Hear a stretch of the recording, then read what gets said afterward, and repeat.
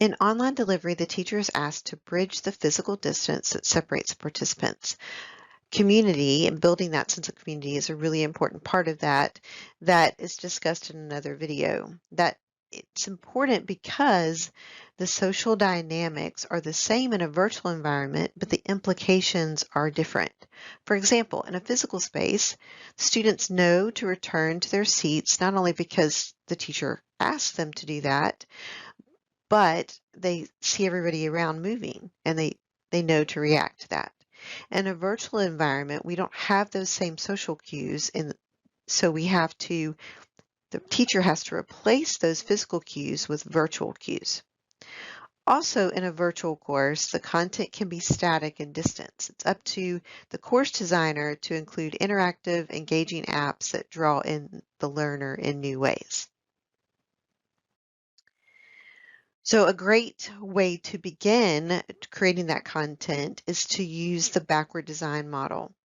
With backward design, you design your lessons and units with the end in mind. The first step is looking at the end of your unit, whether that be phonics or ecosystems. You want to figure out where students need to be by the end of the unit.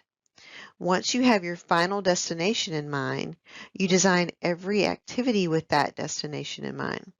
Although it may feel contrary, the next thing after figuring out where you want them to end is to figure out how you will assess them at the end of the unit and measure their success.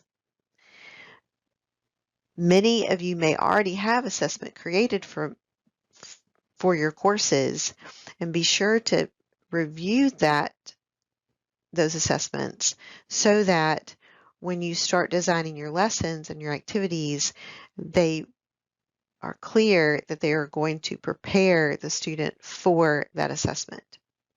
With that end in mind and the assessment designed, you can then think critically about what students need along the way to reach the end goal.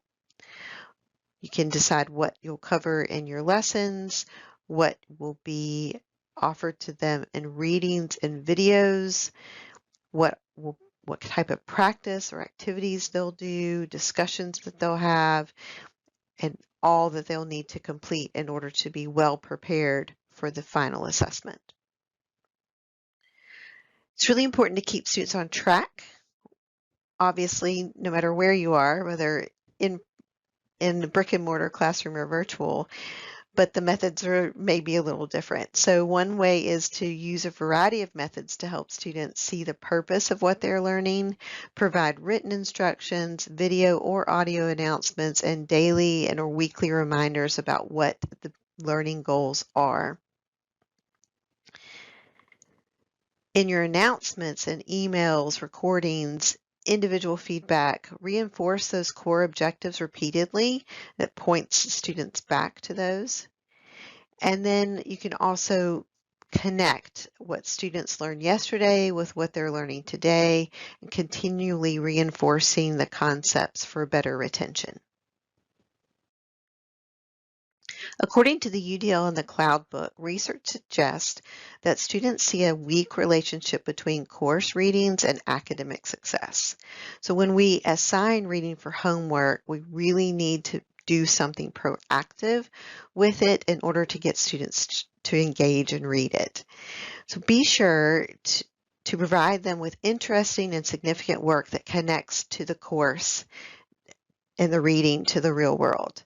Maybe it's making them aware that they will be asked to debate a controversial point in the reading, or that they'll have a Socratic seminar about it, or that they will be expected to share some insight related to the reading.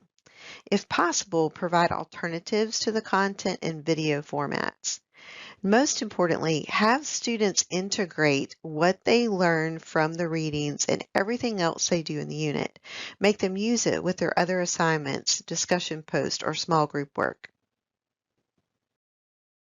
I'm sure you have plenty of places where you're finding content. You've been creating content in your courses all of these years. And so you have things there. But if you are interested in more content, here's a Wakelet that has open source resources that you can use in your classroom. In this Wakelet, you'll find resources for many content areas. So CK12 Foundation and different places that have a wealth of resources for lots of content areas. And then if you keep scrolling, there's lots of video resources that you can use, as well as images and infographic from Smithsonian Institute and New York Library, social study resources, art resources, math, some games and interactives. So just an option for you if you're looking for additional places to find some content.